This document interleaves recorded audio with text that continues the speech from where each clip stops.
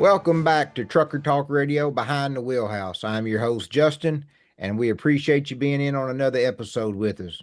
Before we get started, I'd like to thank Ready App for supporting us today. One of the biggest challenges facing transportation is making sure the right people, the right information, and the right opportunities are connected. Ready App is helping drivers build professional, verified profiles while giving carriers, brokers, and industry partners tools to improve visibility, transparency, and the trust throughout the transportation. As conversations around workforce development, fraud prevention, industry accountability, and driving recruiting continues to evolve, solutions that help create stronger connections across trucking have never been more important.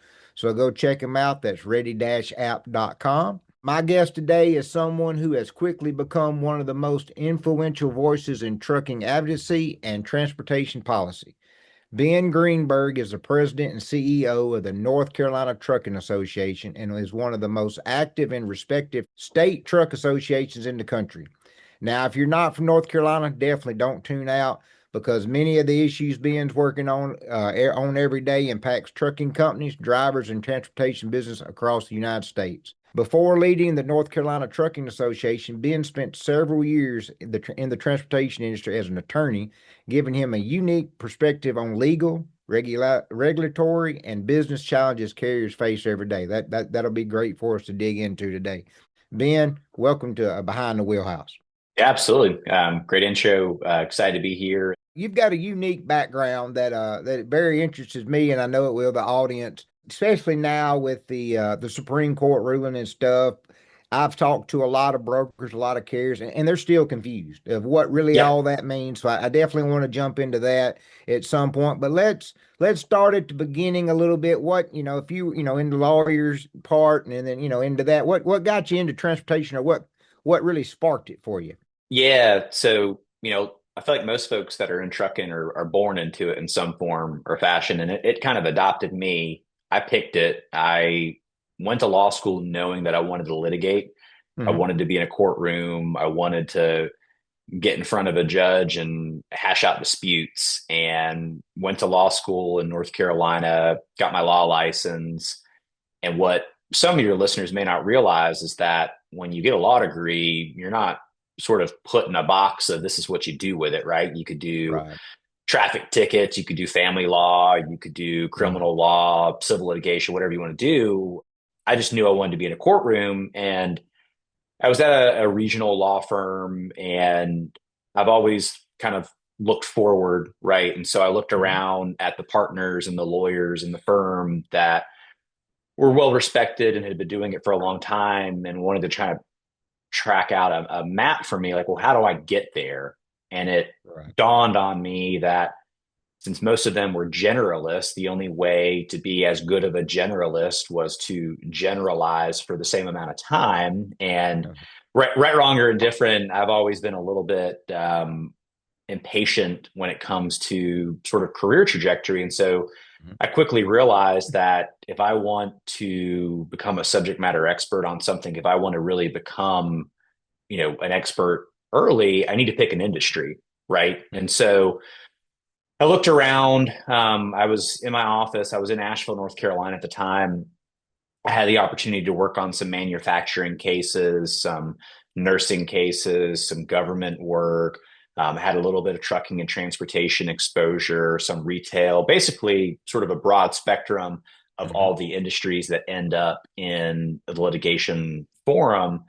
And I wanted to pick one that had some staying power, right? And it doesn't take someone that's an expert in trucking to understand. We don't have railroad tracks that back up to our homes. We don't have railroad tracks Right. that back up to our grocery Yep. stores, or most factories. Some do, but trucking and transportation is going to exist in some form or fashion for as long as our country will because of that. And so I knew it had some staying power. I knew, unfortunately, that they had a lot of risk, right? Trucking Mhm. companies get sued all the time for a variety of things. And so I knew they'd be sort of frequent flyers of needs of legal Right. services. Yeah. And then sort of the last little bit of it for me was just they reminded me of the hardworking people that I grew up around in a rural part of North Carolina. And I just enjoyed being around people that work hard, Hmm. understand their industry, do something that matters. And I wanted more of that. It's a people industry. And so I wrote up this memo, I think it was in 2013, about how I was going to make myself into a trucking lawyer.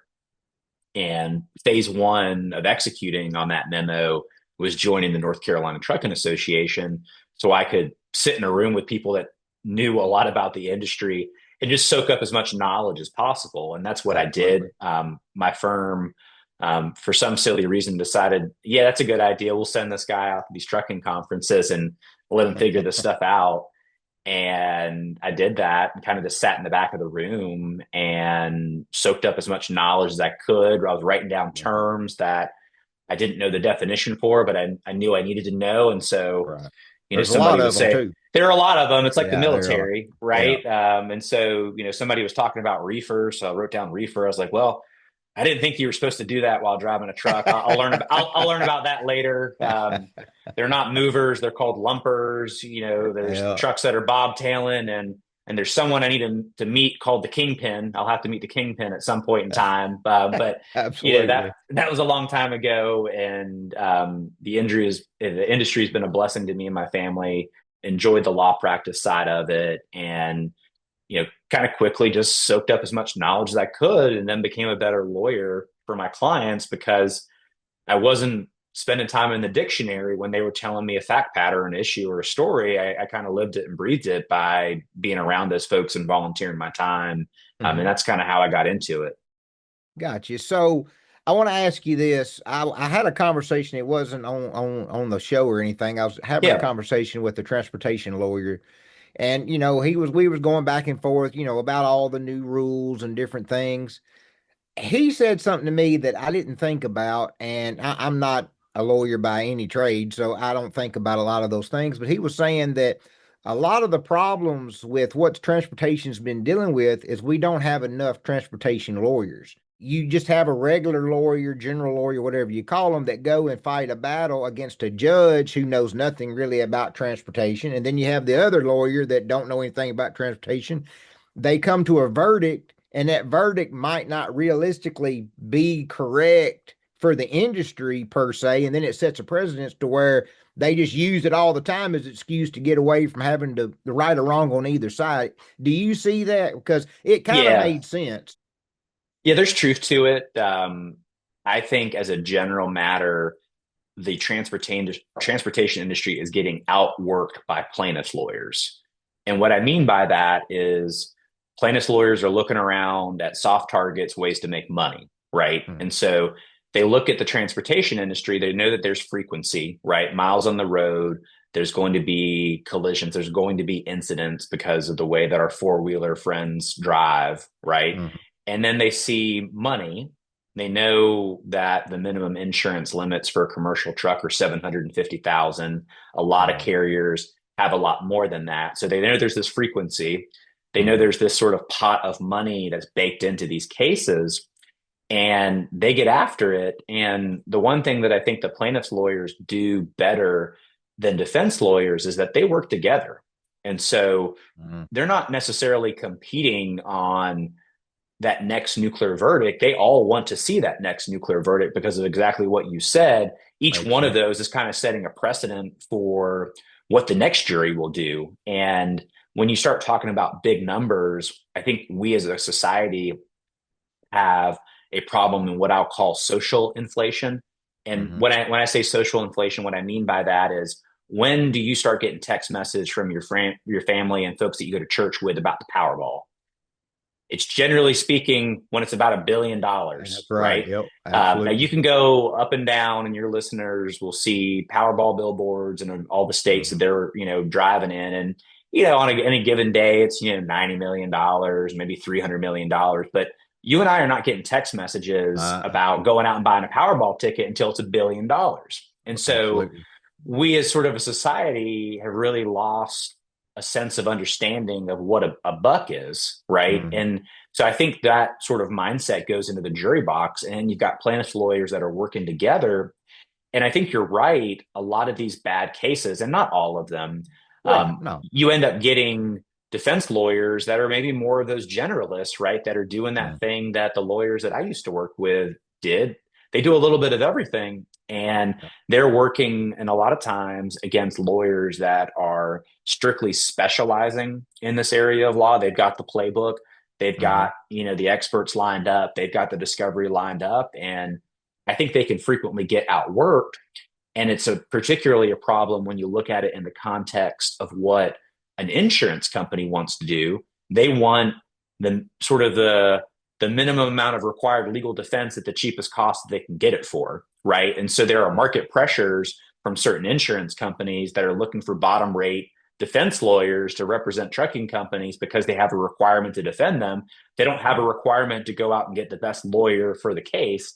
They have to go out and get a lawyer that's got, some litigation experience, and that might not be the best trucking lawyer. And so I think with some of these cases that you see, there's some disparity between the level of expertise on the plaintiff side and on the defense side. So that's a long way to sort of your answer, that you can get these bad cases that are at times driven by folks that aren't the most qualified to be sitting behind the counsel boxes for that particular case. Oh, that makes sense. But I know there's money to be made because I live right on the Alabama line, and I drive into Florence, Alabama, which is North Alabama, on a regular two-lane highway, nothing major. And there's like 45 billboards on that two-lane road in an Yep. hour stretch of, hey, it's a such and such lawyer. If you get hit by a big rig, call. And I'm like, it ain't that many wrecks on that road, I can promise you. Yeah, But they no, get it out there. 100%. Yeah, I mean, they've got multi-million-dollar budgets, right, of Mhm. getting these cases in. And, there's First Amendment rights associated with that. And those billboards aren't going to come down. No. But it's an industry problem, and it's a perception problem, because folks that don't know anything about trucking see those billboards and they start getting in their heads that, these trucks are just killing people, right? And Yep. that's obviously not the case, but it's definitely a perception issue that our industry has that we're up against.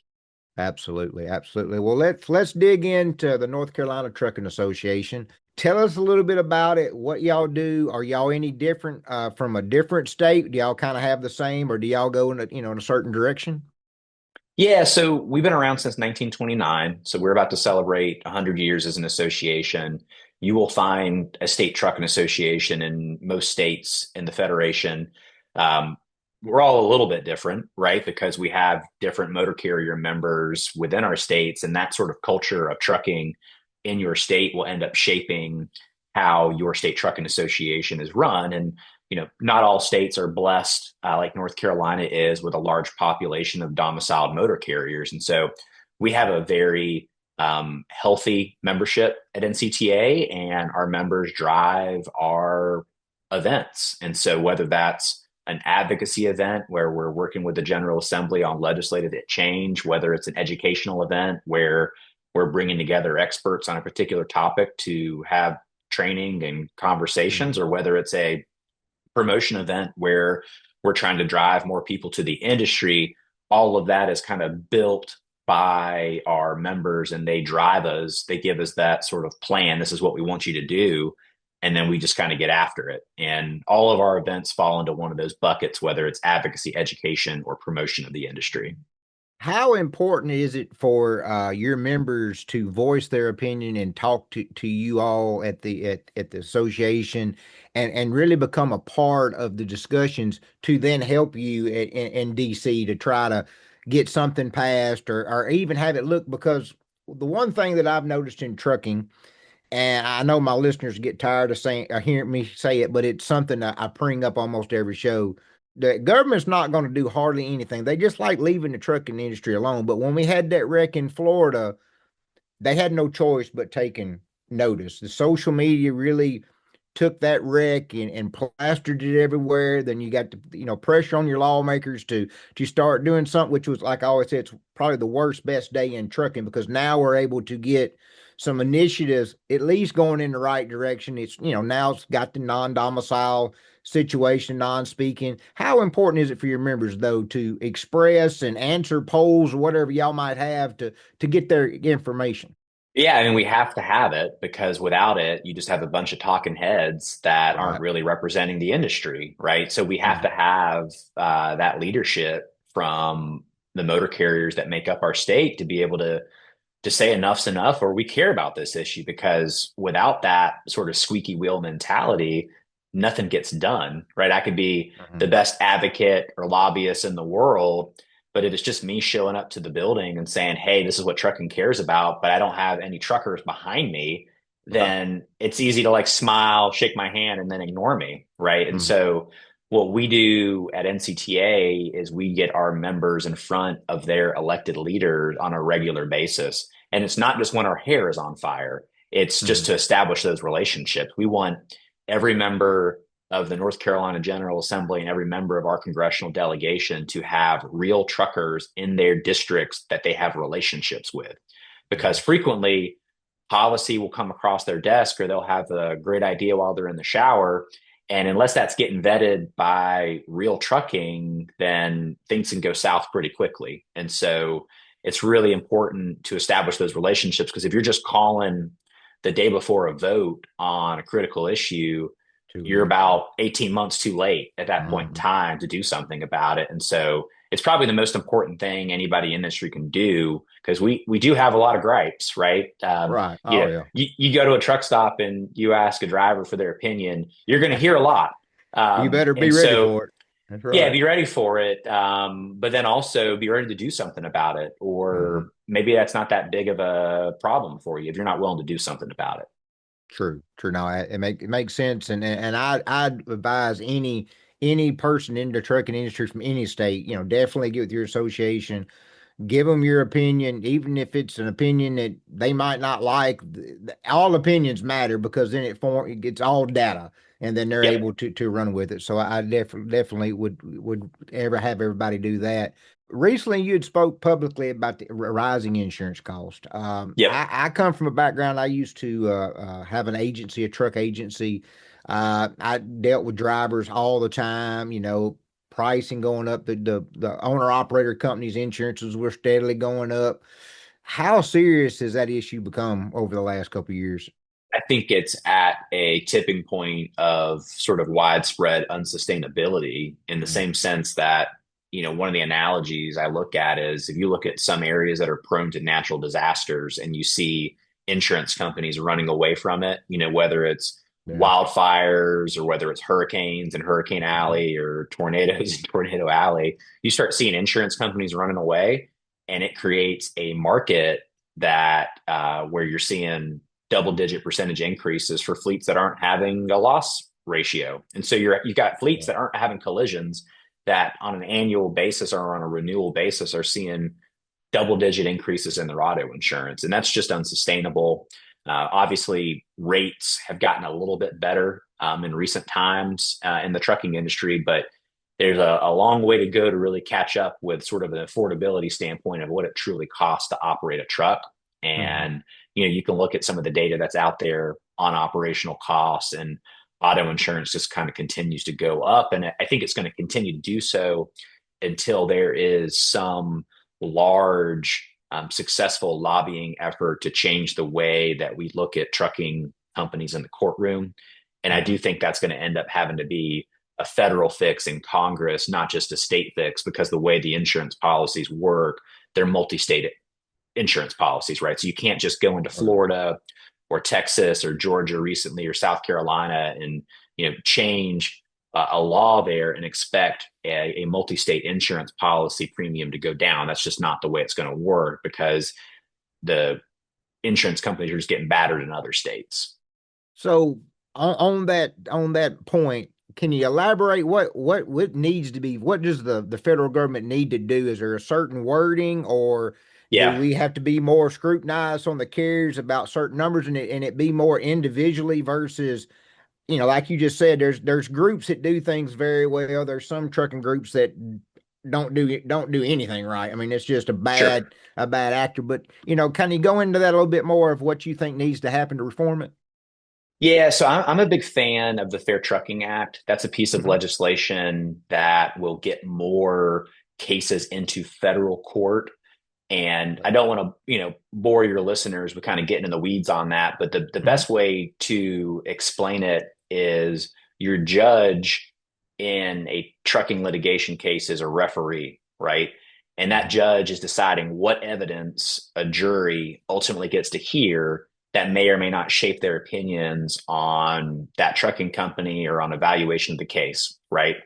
And Mhm. so in a lot of states, you have state court judges that are elected. So they're running for office. North Carolina is one of those states. And Okay. so a judge that is running for office, right, wrong, or indifferent in some form or fashion, is beholden to the populace that is electing him or her, right? There's no other way about it. If you are Right. running for office, you are a member of that community and you, in Mhm. some form or fashion, are looking to get reelected. And so there's that sort of That's true. bias or prejudice there from a referee standpoint. And I think that can shape a judge's decision on what Oh, evidence to let absolutely. in and what to let out. And then on top of that, your federal court judges who are appointed for life, so they're not running for office, are there and they've got more experience dealing with large batches of documents and sort of the crazy discovery that happens in a trucking case. Because, as you and your listeners know, your P5 Cascadia that some of your listeners are driving today is a lot more advanced than the trucks of yesteryear, right? There's probably Absolutely. 30 plus computers in those trucks. And so when you're involved in a collision, there's a mountain of data. You throw electronic driving logs on that, your Mhm. DQ file, all of the documentation to be compliant in this industry gets exchanged in some form or fashion in these cases. And I just don't believe a state court judge is the most equipped to be able to handle that amount in controversy or that Makes sense. level of documentation. And so, what the Fair Trucking Act would do is it would get more cases into federal court. It would do it based off of a dollar amount in controversy. So, if a plaintiff's lawyer is alleging the case is worth over $5 million, and at least one of the parties lives in a different state than one of the other parties, it would get that case into federal court. And if you spend any time talking to defense attorneys that are defending a business on whether they would prefer to be in state court versus federal court to defend that business, Mhm. I think overwhelmingly 9 out of 10 plus are going to say they'd rather be in federal court. They get better decisions from the referee on what evidence comes in and what evidence gets kicked out. And they get better results from some of the nonsense that some plaintiffs' lawyers are able to kind of get away with in state court, where they might be cousins with a judge, or they might Yep. go to the same church, or they're members of that community, right? Right. And that judge wants to get reelected, and Absolutely. you kind of get the point, right? Oh yeah, no, and that makes total sense. And you're right; it's a lot of paperwork. I mean, just one driver alone has a lot of paperwork, and then you add in Yeah, all the truck stuff, the company stuff. I mean, yeah, I could easily see that. And then there, I mean, it's no secret. You're exactly right. I mean, I've had to laugh. I remember one time when I was in my early 20s, a elected official from another state come across the state line, and I had a lot of employees that worked for him, and he went and at lunchtime bought them all a case of beer, basically buying their vote, right? So when he pulled yep, back up, I introduced myself. I said, "What are you running for?" And he said, "Highway superintendent." And I said, "Oh, okay." I said, "What does that pay?" And this was 30 something years ago. He's like, yeah, "Oh, about 30,000 a year." And I figured it up. I said, "You spent $200 or $300 with my guys," and he just kind of winked at me and walked off. I'm like, "Yeah, I mean, that's just how small town politics is, and yeah. a lot and living in the communities puts a lot of pressure. And there's with that most of the serious thing. It's definitely I think federal court is the better choice for sure." Yeah, and so I spoke at DRI Trucking, which is sort of a large gathering Mhm. of folks that represent trucking companies. And the one thing that got everybody excited in the room about being able to make a difference was getting more cases in the federal court. And that's not determining outcomes, right? If there's a bad No, actor in right. our industry and they hurt somebody, there will be a recovery in federal court. This is Mhm. just about establishing some sense of fairness on who the referee is on determining something that it's critical infrastructure. It's high value cases. There's sophisticated cases. There's lots of documentation, and it's just right to be in federal court. Right, and it's no difference if you have a murder trial in a small town. You're not going to try that case in that county. You're going to go a couple counties over just for Yep, everybody to be fair. that's So right. speaking of paperwork and fraud, I mean, I know you probably have to have something on your desk daily about some type of fraud in the industry Yeah. because it has gotten pretty much out of control over the last 4 or 5 years. There is just a certain sector, it seems like, causes it. But like I've always said, we can fight it as much as we want, but the people that creates the fraud are pretty smart individuals and they stay on top of it. And we're always a little behind in the trucking industry trying to catch because it seems like we don't react until the fraud happens. We're not really ahead of it a lot. But speaking of that, and with the lawsuit or the Supreme Court ruling, it seems to me that verification is probably the most important thing right now. I feel like your brokers have got to really verify the carrier even better, which there's good tools already out there for that. But I think they've got to take it another step and start verifying the drivers. Now they don't have to have every document of a driver, but like because I think we've made a point here that carriers there's great carriers, don't get me wrong, there's very few bad ones, but it doesn't take but one or two bad carriers to mess it up nationwide. And it's been a point to where carriers aren't vetting their drivers good enough sometimes, and so then that puts that responsibility back on the broker because of the ruling. So my partners at Ready App, they've created a digital driver passport where the drivers can put all their information, CDL, medical card, pictures of their truck, every work history, everything in there, and then they are on their documents, what they should own, but then they can share what documents they want to what group, insurance group, a DOT officer, to a broker, to the carrier.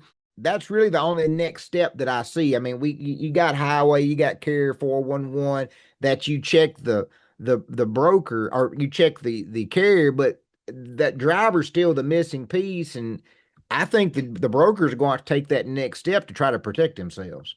Yeah, there's obviously a lot to be unraveled still with the Supreme Court Mhm. decision and what that means, and we'll be talking about that for years to come because we now know that brokers can be on the hook, and now it's going to be a matter of like what the standard's going to be, and that's going to depend on what the courts throughout the country are requiring of a broker, right? And that'll come out through litigation. In terms of driver verification, I think you're onto something. I've heard some interesting anecdotes.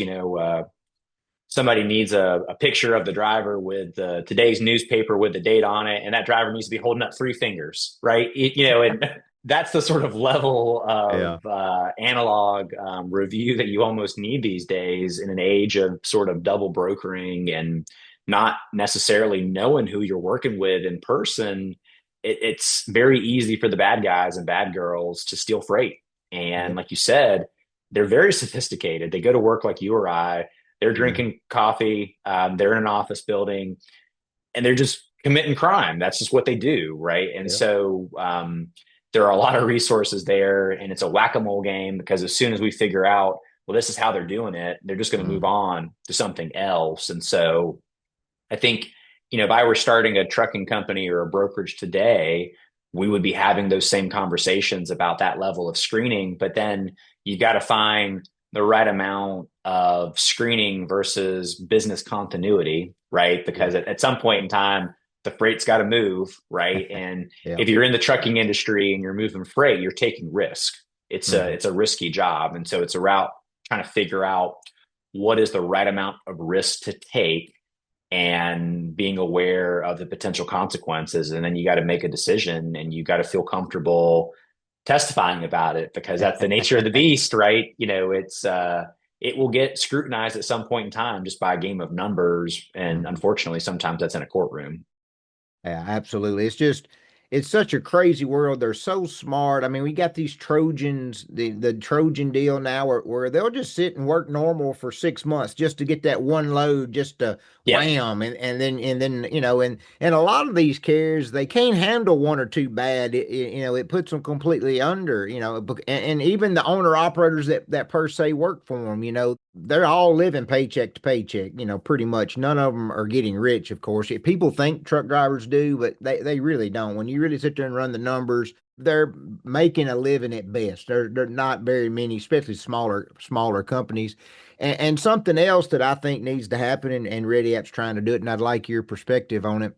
So with drivers, and I use this analogy all the time. You have a driver A who is a great driver, goes the extra mile, will take care of the customer, and he does all that for you. He's perfect. Then you got driver B that he does just enough to get by. He's not going to do any extra. He's not going to do anything illegal, but he's not going to go the extra mile.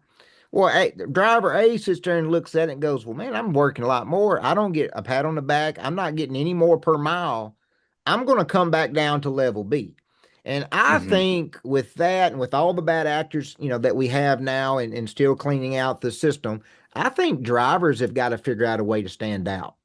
I'll use the analogy, sorry old truck driver. I've heard that my entire life, and I've been around trucking for a long time. And yes, there's some that just are they're just there. They're not doing much anything. And then you've got some super great people that'll give you the shirt off their back, but they don't go the extra mile anymore because there's no need. And also, I think where I'm getting my point is we've got to figure out a way to make trucking fun again or great again, like Trump says for everything, or just a reason why an 18-year-old wants to get into a truck. I don't see that right now. And it's not what it used to be. And so, like a scoring card or something that where drivers stand out. So if you're owning a truck company and I come to you and I'm a 95%, I'm going to feel like you can give me an extra nickel per mile versus these other drivers because you see, hey, I'm a good, I'm worth that nickel. I'm going to make you more than Mm-hmm. that nickel. Do you see where drivers need to try to come up with a way to stand out a little bit?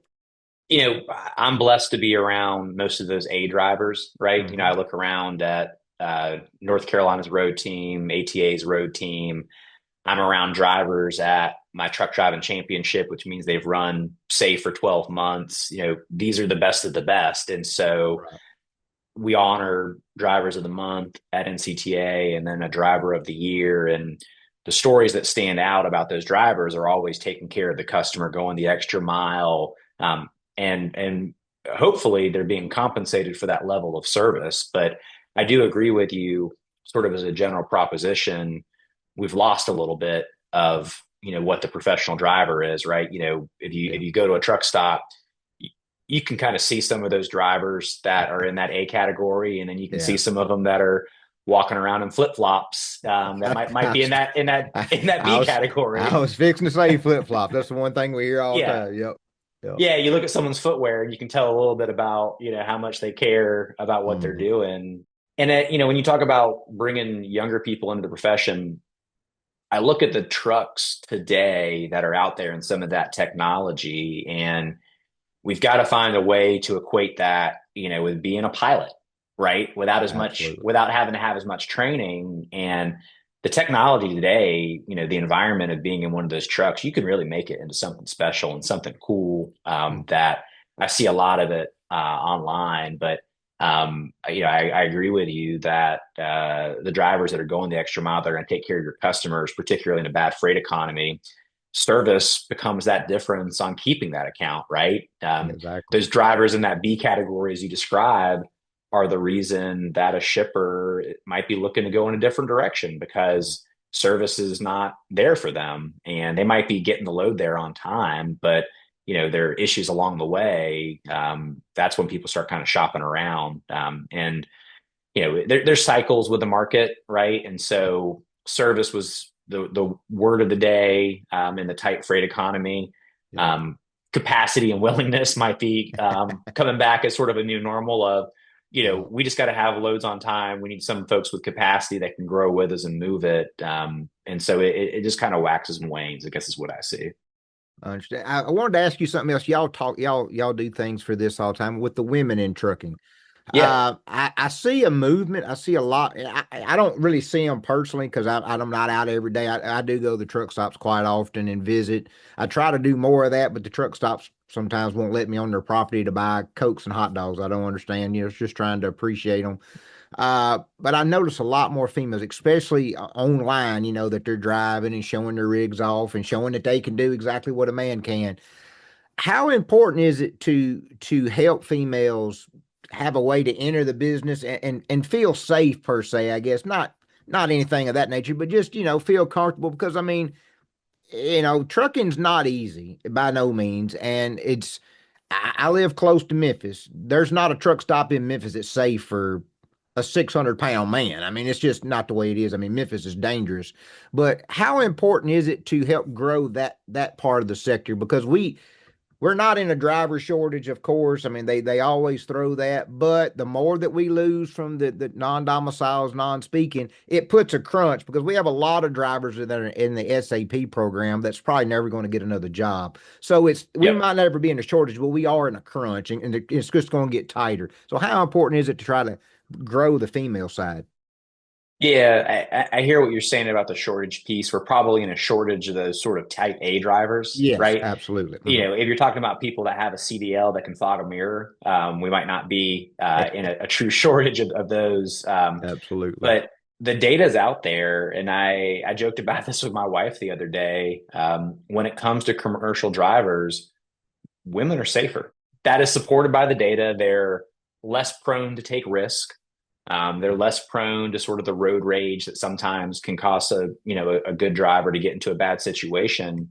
And statistically, it's supported. And so if we're trying to clean up our industry from an accident standpoint, then we absolutely need more women drivers. And you hit the nail on the head. When you look at the barriers to entry, it's things like safe truck parking. It's a thing like access to facilities. It's a sort of a genuine sort of, I want to feel like I can put my head down in a bunk and feel comfortable about it. And I don't know many drivers, period, but also women drivers that would be interested in parking for the night on an exit ramp, right? Right. Where they frequently end up, where you run out of hours, you're required to stop, but you're not allowed or obligated to be provided a safe place to park your truck. And so we've got to address all of that if we want to continue to encourage a growing population of women drivers. And it's the right thing for the industry just because of the safety aspect of it. We need to have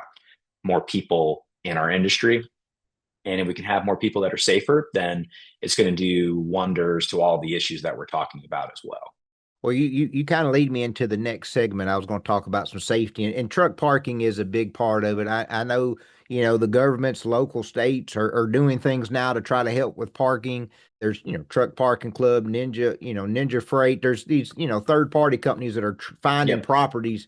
But I think it's to the point that truck drivers, carriers, brokers have to realize the days of free parking is going to have to come to an end.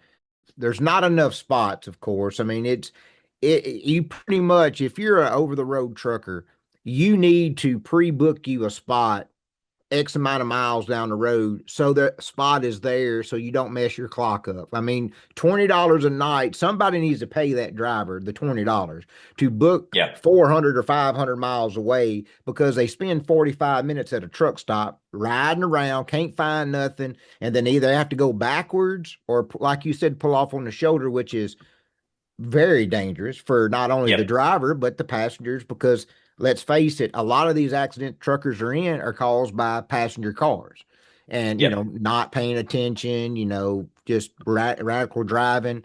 But do you see that, and what is there anything that the state of North Carolina, like I know there's a couple states that are closing some of their rest Rest areas and areas. tournament, and Yeah. I think that's a good thing because I mean, I do see rest areas still have people in them, but most people go to a gas station, a Buc-ee's, or a travel center or something now, and not so much into. And that would be a great place for parking, and it's got a few amenities because that's another issue that like these parking club places, they've got us parking, but there's not a bathroom. There's not, a Coke machine or any facility. And, they deserve, if they're out on the road 14 hours a day away from home, they'd be able to, they don't have to have a shower per se at every place, but at least a drink machine, a chip machine, because, they need to be able to get out of their truck and walk around and get stuff and then come back. Yep.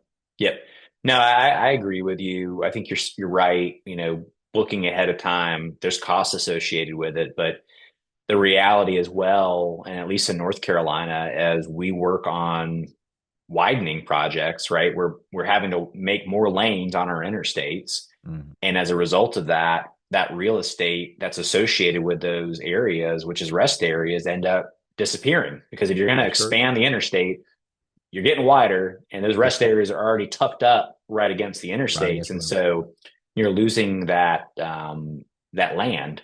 And we're not Right. making more land, but Nope. we are making more freight, right? And so it also leads to a secondary issue, where drivers are forced to stop where they don't belong, and then you end up in a predatory towing situation, which again, in this freight environment, could be make or break for a trucking company. Getting a unexpected $10,000 tow bill could put a company out of business very easily. And so it creates a lot of negative secondary effects. And just the utilization alone, if your average driver that's over the road is spending 50 plus minutes a day looking for truck parking, that's money that could be made for that driver, right? Wages, right? Continuing down the road, that's fewer trucks on the road because of extra utilization of the truck. That's potentially fewer collisions because there have to be fewer trucks on the road to move the same Yep. amount of freight, as long as we're able to find those truck parking spots. And it's a pain point, and some states are doing better than others on it. I was pleased to see the project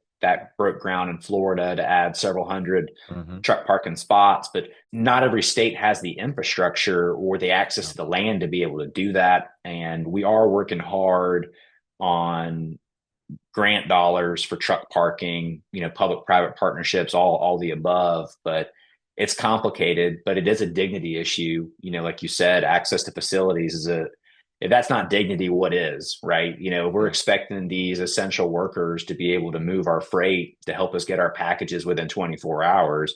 Surely the least we can do is offer them a safe place to park at night with a bathroom, right? Absolutely. And it's sad that we have to talk about it, but it's reality. It is. And I think social media is to thank for that. I think drivers complaining, you see drivers on the side of the road. You do, like there was a driver, I can't remember what state, he died in his truck. And they found it. That kind of stuff gets out there, and that's one of the good things about social media. There's not a lot of good things, but getting the awareness out is good. You kind of spoke about it a little bit, and I wanted to bring it up during the safety segment about y'all, doing the truck driving championships, the Top Tech Challenge. Could you talk a little bit Yep. about that? I don't know if every state kind of does that, or is that something more that y'all do, or maybe each state has something a little bit different. But can you talk a little bit about that, and what drivers have to do, and what kind of program y'all have there with that? Yeah, and I think most states have a truck driving championship. Not all of them have a top tech challenge and a future tech challenge. And so, we just had ours in the beginning of June and had about 180 drivers compete, had 40 plus something technicians compete, made up of student technicians as well Oh, as nice. professional technicians. And then for the first time this year, we also did an inspectors challenge where law enforcement with the State Highway Patrol did their own competition to see who could do the best inspections. Oh, And wow. it's just a fun event. I mean, it's great to be able to have drivers and technicians and their families all together and just honor them. We do a lot of work at the association that's not driver facing and technician facing. Mm-hmm. And it's just fun to spend several days with them, celebrate them, because just getting there and competing in itself is an accomplishment. Because for the truck driving side, you've got to have that 12-month preventable free Mm-hmm. driving history just to even be there. So everyone that's there is a winner in that Right. mindset. And then we run them through a written exam, a skills course, and a pre-trip inspection on the driver's side.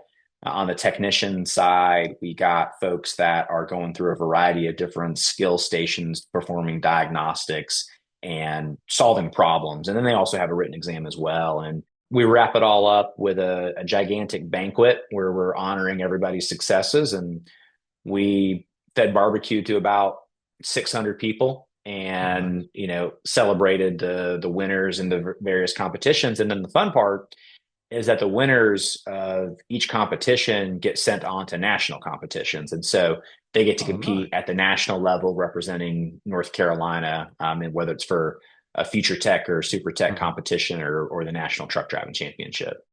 Oh, that's awesome. And it's good that any organization, any state recognizes these individuals, because in my opinion, that might be one of the worst things that we have. Because I always say the American people have no understanding of the trucking industry, how important it is, how Yep. important the drivers are, the sacrifices that the drivers make from their families, their health.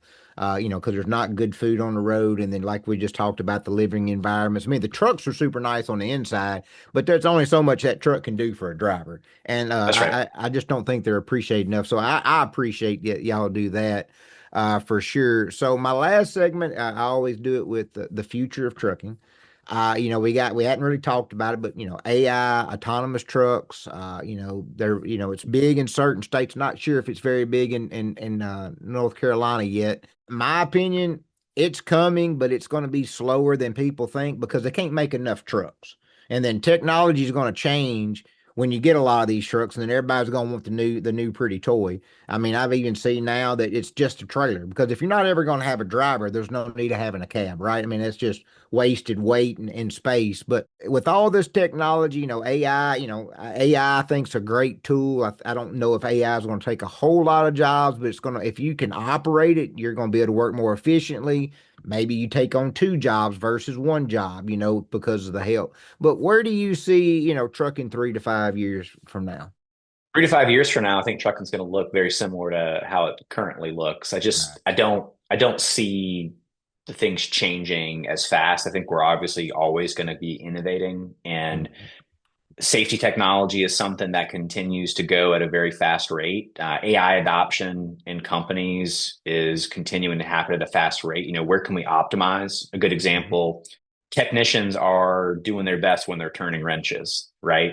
It's Right. not when they're doing paperwork. And I don't know many Exactly. technicians that love paperwork. And No. so, how can we get drivers doing more about what they love, and technicians doing more what they love, and taking away some of this other stuff? And one of the best use cases I heard on autonomous trucking was a fleet, and I won't name them, that was using autonomous trucking to eliminate a variety of short runs that they had in their operational model.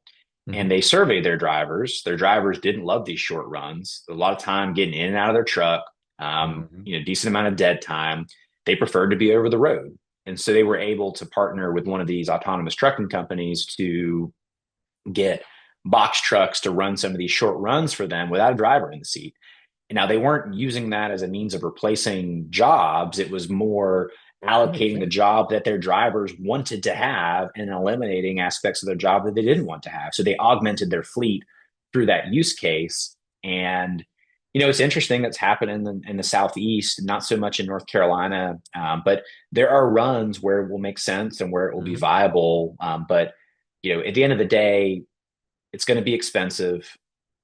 Infrastructure is going to be a concern and an issue. It's one thing to be Oh on a yeah. flat road in a Midwestern state, Mhm. running autonomous. It's pretty easy to stay within the lanes. It's pretty easy not to hit something in front of you when you've got good visibility and you've got good lane markings. Do I think there'll be an autonomous truck operating in downtown Boston or the Bronx in New York anytime soon? No, because it takes the best of the best Yeah, drivers to be able to exactly. navigate those roadways now, and then navigate with people, and because that's Mhm. the emergency sort of aspect of it. And we talked a little bit about airlines for a moment. There are airplanes that could take off and land without a pilot, but we still have two people sitting up front, right? And Absolutely. so Yep. there's a certain amount of societal acceptance as well, Mhm. before anything like that really moves. And there'll continue to be innovators and people that want to be first. And we've already seen some of that with some of the headlines where folks are trialing technology, and there will be viable, applicable use cases that make sense for those businesses. But sort of wide scale adoption, I definitely don't see it in the next 3 to 5 years. Outside of that, things can change pretty quickly in technology, but I think the infrastructure, again, is going to be a reasonable holdup. Before I let you go, tell everybody, how they can get in touch with the organization. If you've got a an event or two coming up in the next couple of months you'd like to tell people about, or how they can join if they're not already a part of the organization, just go ahead and give them that information. Yeah, I'd say the best thing anybody could do is just go to nctrucking.com. That's our website. You can find our calendar. We run 70 plus events a year, Oh, nice. and we've got a lot going on. So we will have programming that makes sense for everybody. And so you can find that information on our website. You could certainly join on our website, and it's a good way to kind of contact or get in touch with us. You can find all of our email addresses and everything online, and happy to help however we can. Well, absolutely. Ben, thank you for joining us today. It's been a fantastic conversation. We want to thank everybody for listening today. Join us for another episode anytime you can. Go follow us, like, share on all our socials, and we'll see you next time on Trucker Talk Radio. And thank you again, Ben. Thanks, guys. Talk to you soon. See you.